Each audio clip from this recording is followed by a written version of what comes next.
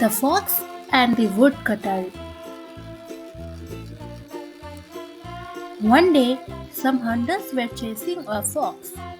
The fox saw a woodcutter and asked him for help. Please hide me, kind woodcutter, said the fox. The woodcutter asked the fox to go inside his house. Soon the hunter came. They asked the woodcutter, did you see a fox? The woodcutter said no, but pointed to his house.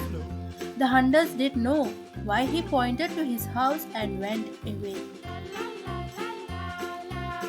After a while, the fox came out of the house. The fox didn't say thank you to the woodcutter. The woodcutter got angry and asked the fox, why didn't you say thank you? I wanted to thank you, the fox replied, but I saw your signal to the hunters. Your words didn't match your actions. The moral in this tale is that you should act and speak the same.